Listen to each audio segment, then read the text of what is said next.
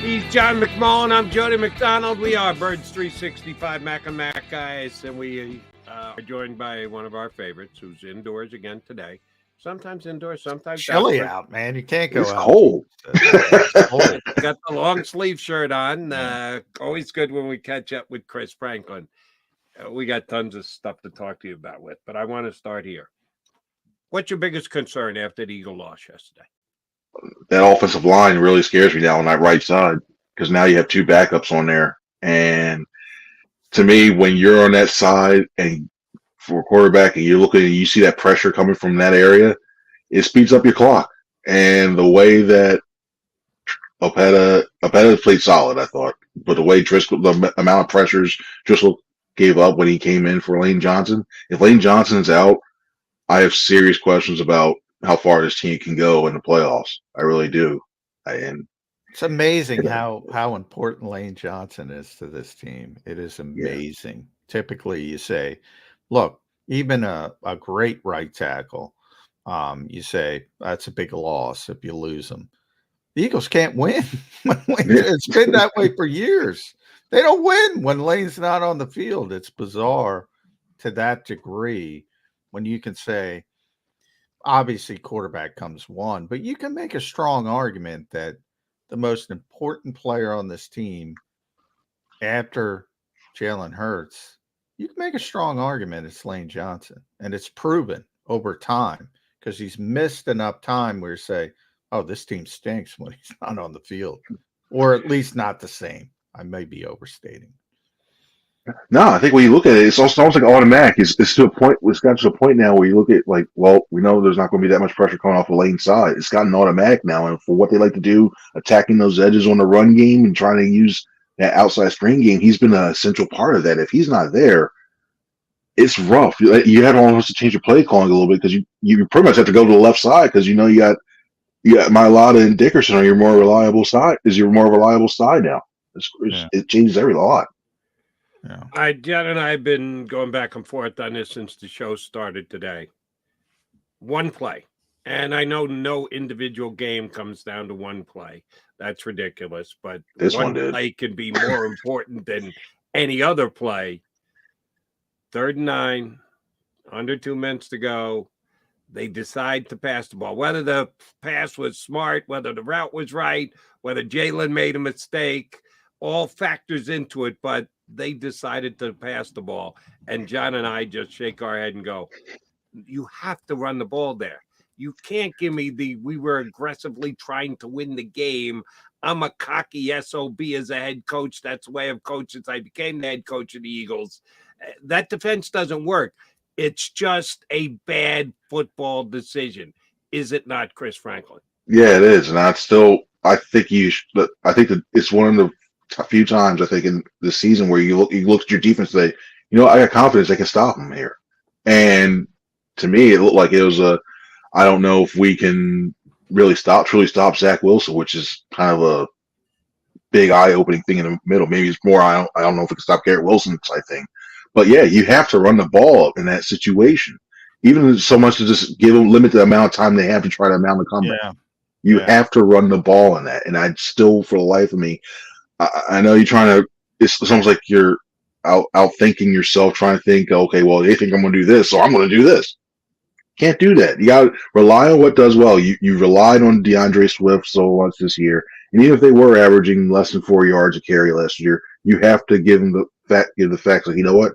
I trust that he's going to pick up or make it a significant dent in there. Run the timeout. Trust your defense, who was playing very well for most of the day yesterday. And then walk out there with a win. Braden Mann was punting well. He was getting his revenge on the New York Jets. So he probably pins them back as well. Or in worst case scenario, it's a touchback.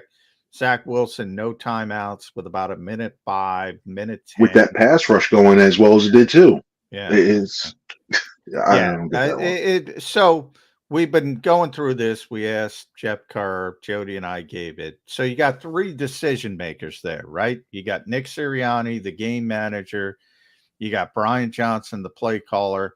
And you got Jalen Hurts, the quarterback, who even though the coaches made a bad decision, that doesn't mean you have to throw an interception. So I'm giving you the 100%. dole out the blame, Chris Franklin, percentage-wise. Nick Sirianni, Brian Johnson, Jalen Hurts on the play that essentially lost the Eagles the game. I think Nick's on a headset. I'm putting 50 on Nick because he's on a headset and he's overhearing this because he has a chance to interject and stop that from happening. I put 40 on the decision on the type of. Well, actually, you know what? Nah, I'll take it back because I was thinking, yeah, because he shouldn't have put Hurts in that position to even throw the ball anyway. So yeah, 50% Sirianni, 40% Brian Johnson on the play call selection, and then 10 for Hurts when it comes to actually doing that. Because I think that could have all been prevented if you just said, you know what, let's check down and run the ball. And then we're not even talking. I don't think we're even talking about that. I went 90 Nick Sirianni because he's the game manager, Chris. He's the one who gave up play calling for this situation, and he's coming out of the 2-minute warning. He can discuss it with everybody. This is why he did it. So I almost went 100% Nick Sirianni, but I only went 90. Because my thought process is Brian's the least culpable in my mind. And then the quarterback, even though Nick makes a bad decision, that doesn't mean you have to throw the ball in the double coverage, Jalen Hurts. You can take a sack. Even if he takes a sack, they can punt the football, and you're still forcing Zach Wilson to beat you. So I went about what did I say, Jody? 90% Nick, 7% Jalen Hurts, 3% Brian Johnson. Yeah. And that's I'm a lot closer to what Chris is. Sirianni, number one. Ledley, it's his team. He's the guy. He's got to be number one. I'd go about 40% Sirianni, 35% Jalen, because the play comes in. You don't have to throw in the double coverage. Pull the ball down, take off, and run with it. About 25% to Brian Johnson, because he's the guy who eventually called the play. I don't think Nick called the play in. Nick may have influenced his thought process leading into it during the timeout. They had the entire 2-minute warning to talk about it, and that's what they came up with. I think it's close to equally shared. Sirianni most, Hurts second, the offensive coordinator third, but I think it's pretty damn close. But shame on all of them is my estimate.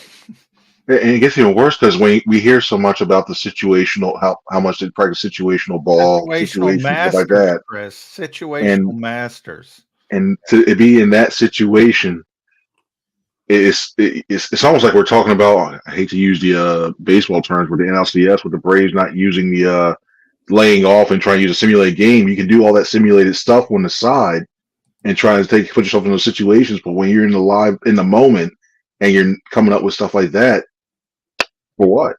It's just for life. And I still don't know why. I'm still seeing that play. I'm like, why didn't you run the ball? All right, the Eagles only scored 14 points yesterday. Not good. Jets defense, even missing the guys they were missing, is good, was good.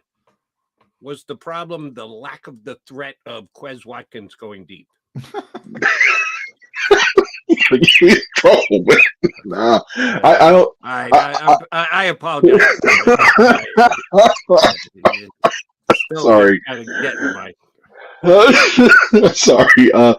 No, I mean, I think you still have enough spacing. There was still enough spacing there. I thought there's a couple more shots they could have taken deep. I don't know why. It seemed like they forgot about the game plan.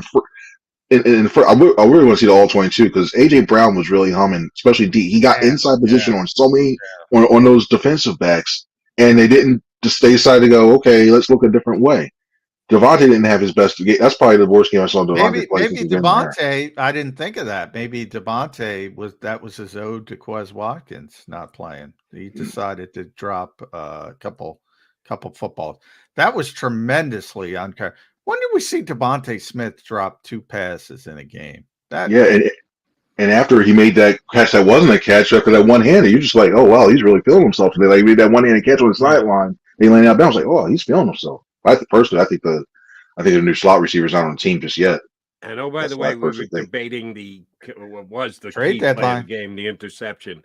How about the last play of the game? 4th and 9, and the only thing you could do is throw up a 40-yard prayer into double coverage. But I gotta watch. By the way, dropping the ball on the night. What the hell was Jalen thinking about? I haven't seen the full tape on that one either, but There had to be another better option to try and force the ball in than throw it into double coverage 45 yards down the field. If my memory serves me correctly on that play, I was looking downfield. I think AJ had one-on-one on the side. It was going to be a tough pass going around there, but I'd rather go one-on-one and then try to have the safety run from the middle field to the other side, to the left side of the field, than throwing with all that coverage around in the middle for Devontae, because then you still have to run up and try. Nah, that was just that whole sequence. The last, not even that one, the last 3-4 drives. I think they finished like the last 7 drives. They didn't score a point. Those last 3 drives were really a lot of questions on them. Yeah, that I have to watch it again, like you, Chris. We haven't had the opportunity, but I do remember the replay, and I'm like, "What the hell?" That was the play call. I was like, "What is this?" They're running guys down. I saw a crossing route that was going nowhere. I didn't see AJ.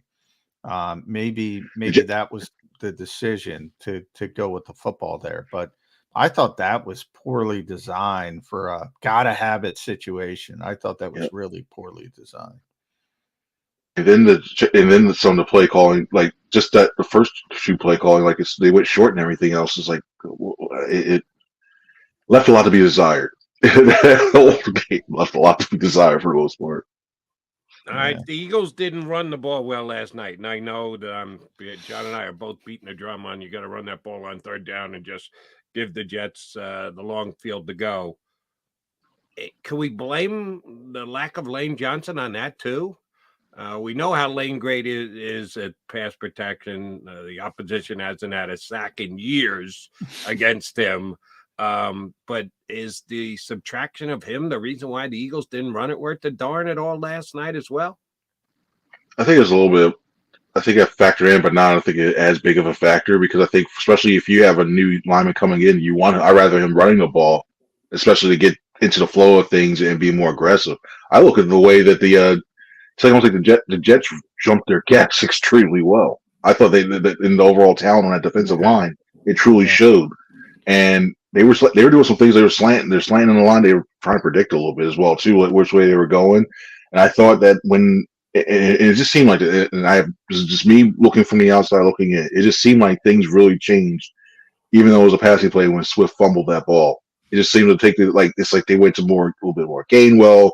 They tried to do a couple other things on that too. It was like it just seemed to change a little bit more. And I think they really wanted to try to throw the ball more, and Sauce Gardner wasn't down in there more than that. They're focusing more on passing. I kind of admitted that, and that understandable. Like, I killed Nick for that 2-minute end of game situation, so I'm going to defend him here a little bit, and Brian Johnson as well, because I got a lot of that on our post game show. Why didn't they run the football? Why didn't they run the football? Well, they called 11 runs on first down, got a total of 27 yards. That's the problem right there.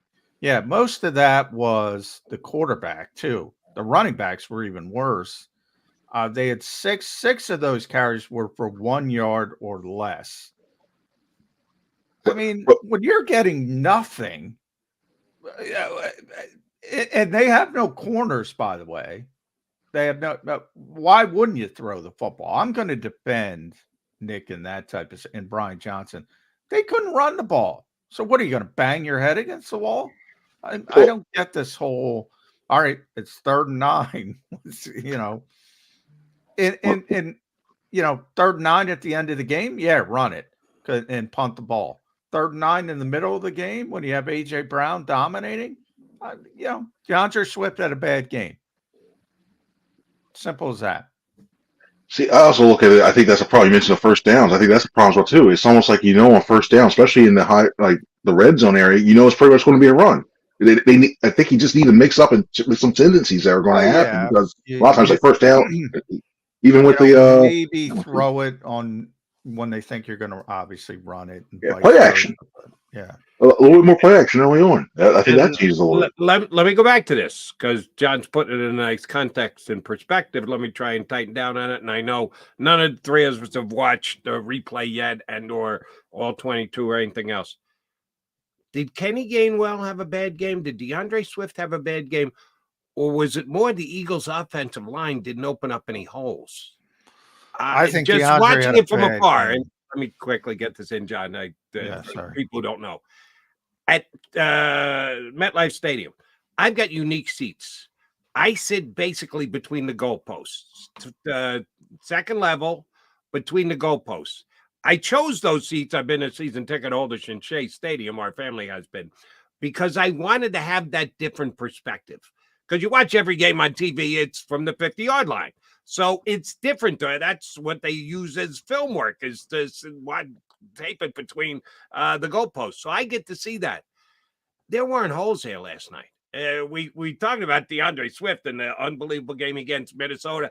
You could have driven a Mack truck through that hole. And there were a whole bunch of those were exactly the play. Chris Franklin goes for 12 yards on some of those holes that the Eagles have. Jody McDonald goes for 6 yards on some of those plays. Yeah, DeAndre Swift goes for 25. But I didn't see any of those holes last night. They just weren't there. I got to put this as much on the offensive line as the actual Eagle running backs. How about you guys? I put it more. I still think there's some cutback lanes I think that are available. When I remember looking at that one, I thought there was some cutback lanes that are there for them for the taking. But the holes weren't there open for very long. I will say that compared to some of the other sides. Like there are times where you see the lane, you're like, okay, you can see him running through, like you mentioned. But they collapsed very quickly. I think just because of the Jets' defense, how good they are, especially therefore. They're really good linebackers, and the Eagles not sweating linebackers. Jets have a pair of the two best linebackers on the same team in the National Football League. San Francisco and the Jets have the two best linebacker pairs. Yeah, I mean, look, DeAndre Swift has had a great start to the season. He had that 9-yard run on the interception drive at the end of the game, and he finished 10 for 18. That means the 9 other carries, he got 9 yards. If you're a great running back, you might be stymied, but that 9 is for 27 yards or 20, and you hit contact. He had a bad game. I don't know if Kenny played enough to have a bad game. Or Boston played enough to have a bad game. The running game as a whole, DeAndre's the guy. He had a bad game, and the fumble on top of it.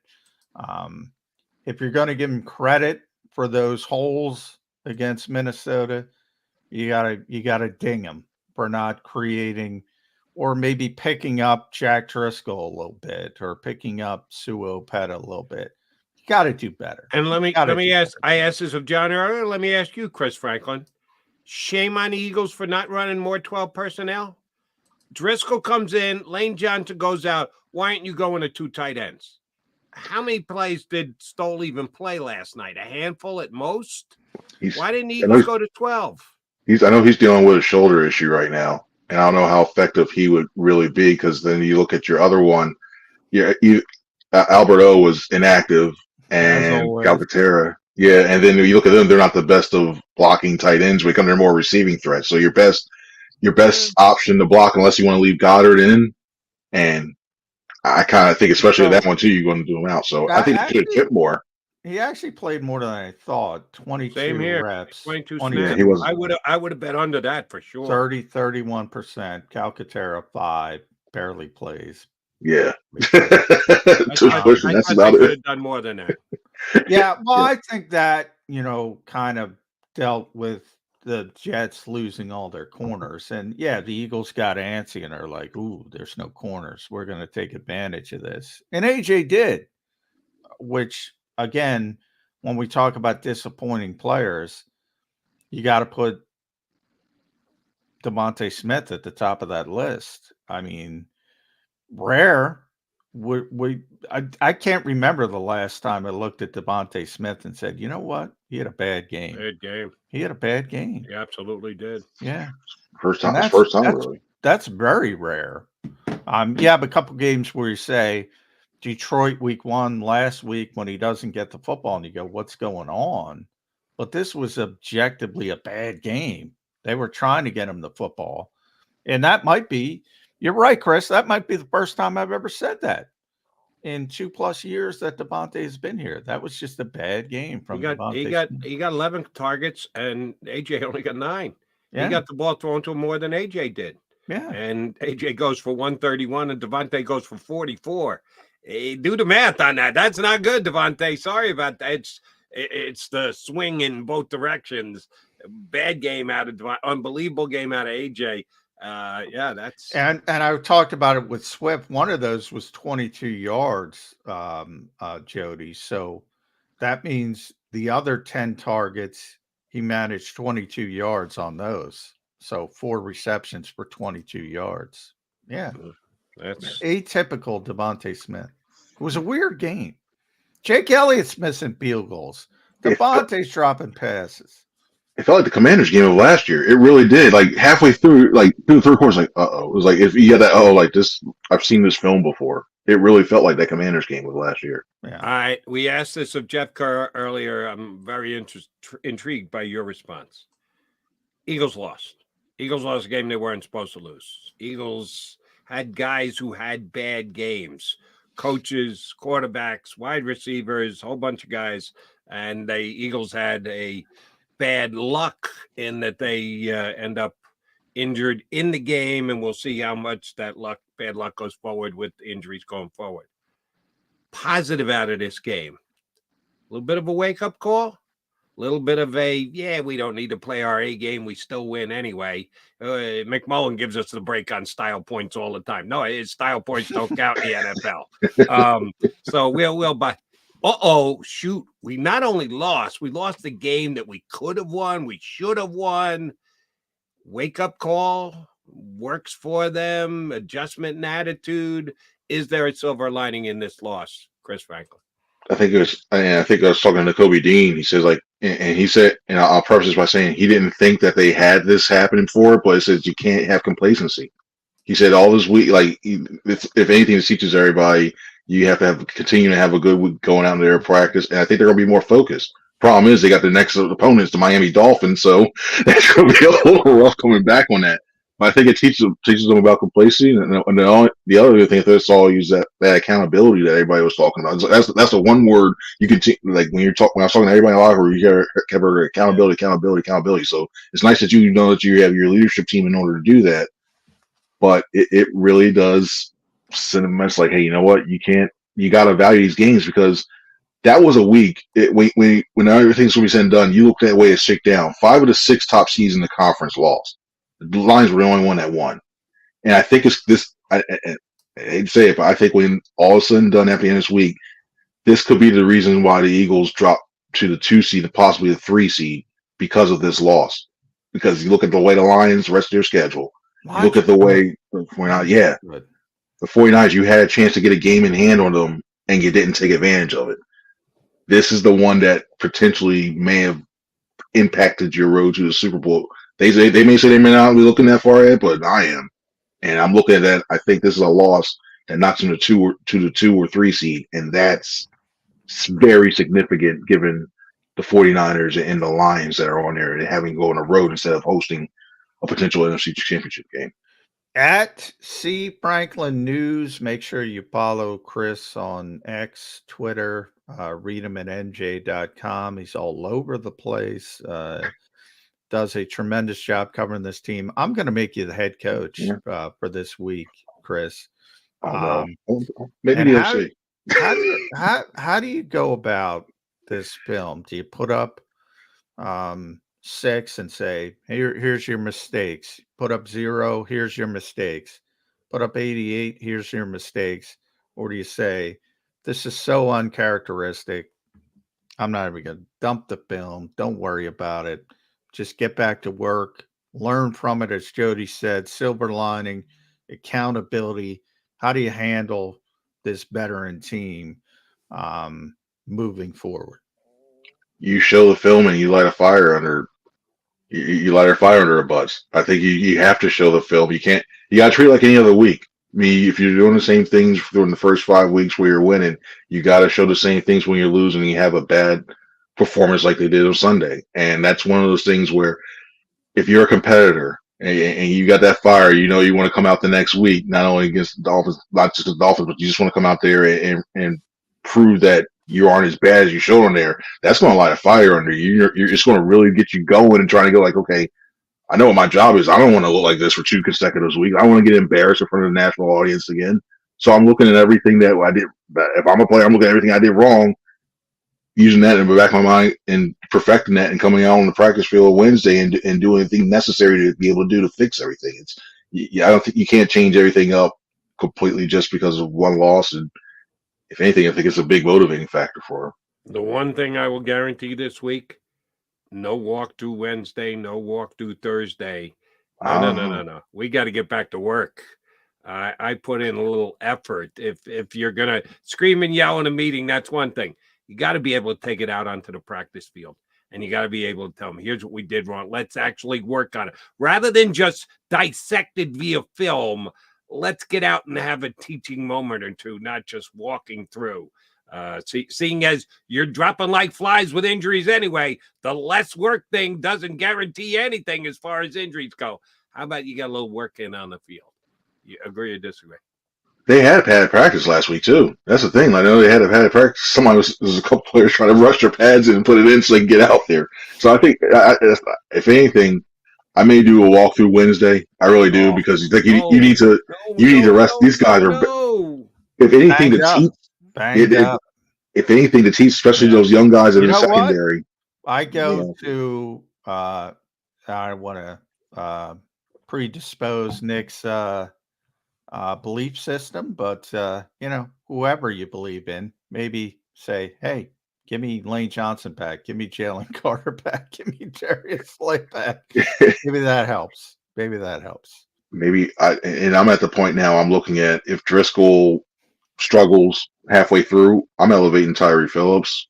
I'm elevating Tyree Phillips. I forgot to mention Tyree. Yeah, I'm having a backup plan ready because the last thing you want is to then have your quarterback dinged up and getting hit all the time. So you might as well try something else if it continues that way. Did you really just go there, Chris Franklin? Did you bring up without using his name, Marcus Mariota? The Eagles got enough problems after yesterday's day. You're going to put it out there into the ether that Marcus Mariota could be playing quarterback for the Eagles sometime soon? If they don't protect Jalen Hurts. If they don't protect him, that's the only way. That's the only way I see. Let me sneak this in because you brought up Tyree Phillips on the practice squad, former third-round pick. He's got some experience at right tackle. Tyler Steen, before he moved to left tackle at Alabama, was a right tackle at Vanderbilt. Maybe get him going. What's going on with Tyler Steen? Maybe get him going. Maybe if they used all of their time that they're allotted in practice, you could cross-train these guys a little bit more than they actually have. Just saying. They do. I think Steen's more of a left tackle than right now, and I think they played it right there. So you move him to left, play his left. He's back left tackle, and you're back at right tackle. Like Art. Jeff's not one, but he's played more right tackle than he has left tackle. Technically, he was a right tackle for longer at Vandy than he was a left tackle at Alabama. You got to open your mind if you have no Lane Johnson. Now the best hope is Lane's back. Yep. Tape that up and numb it up and say, Lane, please help us again, Bill. And we all sit here and know if it can be done, it will be done by Lane Johnson because he plays as hurt, more hurt, willing to put up with more pain than anybody else on this Eagle team and has done it that way for years. Chris Franklin, always a pleasure, buddy. Appreciate you jumping in. Thanks, we'll get back up next week. Hey, thank you guys. Appreciate it. Follow him on Twitter and read him at nj.com. Chris Franklin here with us on Birds 365. All right, coming back. It's time to put a bow in the we got to try and put this one behind us, Eagle fans. Yeah, first lost show of the season. A little bit different. We'll come back, put a bow in the show here on Birds 365.